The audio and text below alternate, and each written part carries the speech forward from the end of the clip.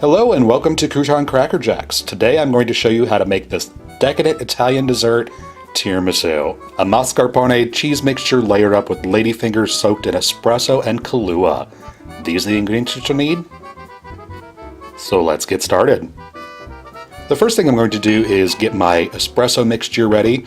I've got 6 ounces of boiling water here, and to that I'm going to add in 2 rounded teaspoons of instant espresso powder. And I'm just going to whisk this together until that instant espresso is dissolved.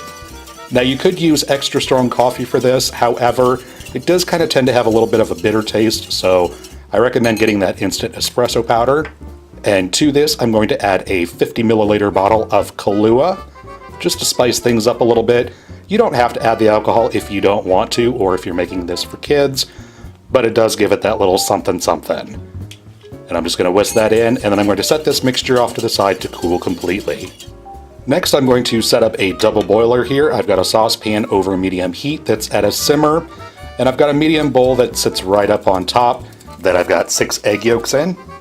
And I'm going to add in 1 cup of sugar to that, and using a whisk, I'm going to whisk this constantly for a good 8 to 10 minutes or so, and this will cook the egg yolks. Now you don't want to do this directly over heat. You want to use a double boiler because you don't want scrambled eggs. And you'll see that this mixture is relatively thick. I ended up about halfway through adding in about 2 tablespoons of milk to this mixture to help smooth it out a little bit. Now after constantly stirring this for about 10 minutes in our double boiler, it has come together and it is nice and smooth.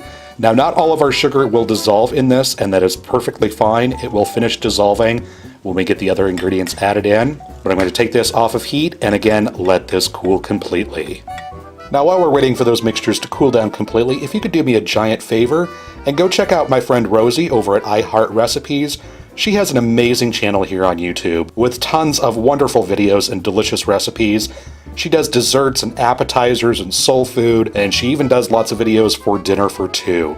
So I will put a link in the description box as well as an annotation here on the video that you can click, and that will take you directly over to her channel. And if you like what you see, go ahead and subscribe. You will not regret it. And while you're over there, tell her that Crouton Cracker Jacks sent you her way.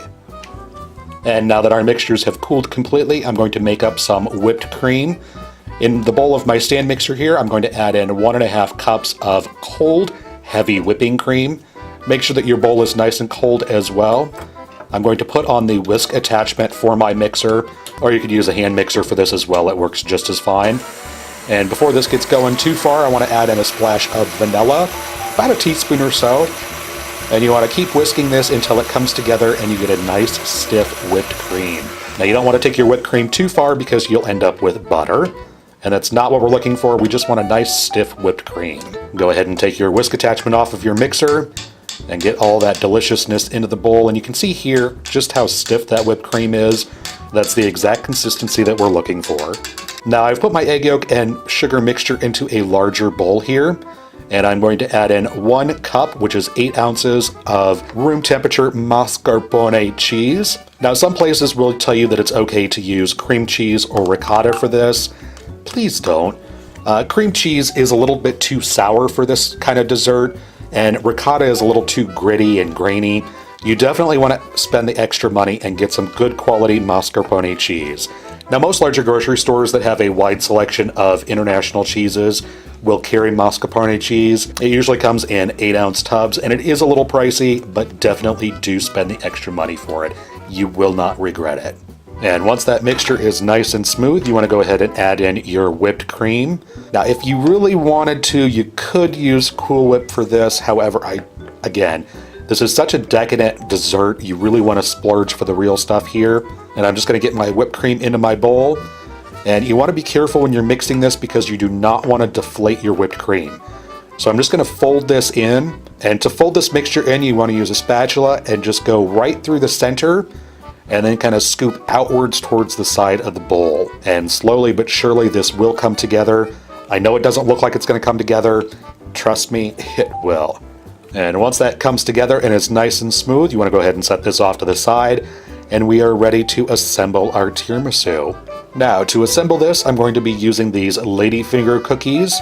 You can usually find these in the international section of most larger grocery stores. It is a 3.5 ounce box, and you will need 2 of these per pan of tiramisu. And I've got a 9-inch by 9-inch glass baking dish that I will be making this in. And I'm just going to take those ladyfingers and dip them into the espresso mixture, and then put them into the pan. Now you do not want to let these soak for more than just a few seconds, because as you can see here, they will get really logged down with that espresso mixture, and you won't have enough to finish out the rest of the tiramisu. So just put them in there for just a couple of seconds, take them out, and then line the bottom of your pan. And you just want to keep going through until you get a nice even layer all across the bottom of your pan.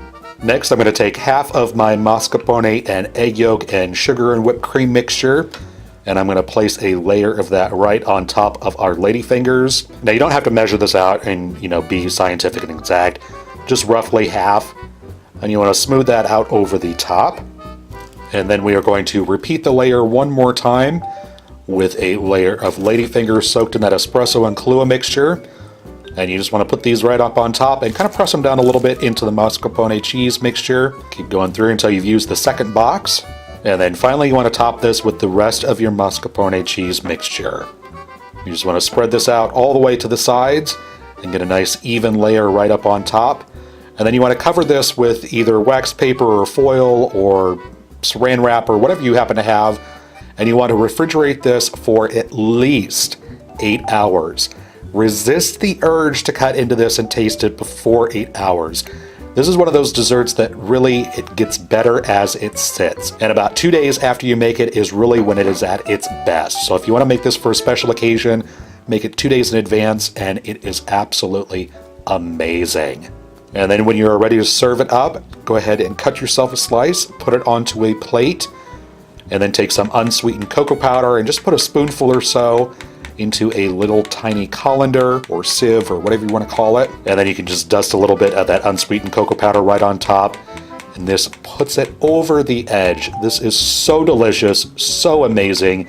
You will not regret making this at all. And there you go, how to make tiramisu at home. Hope you guys enjoy, and thanks so much for watching.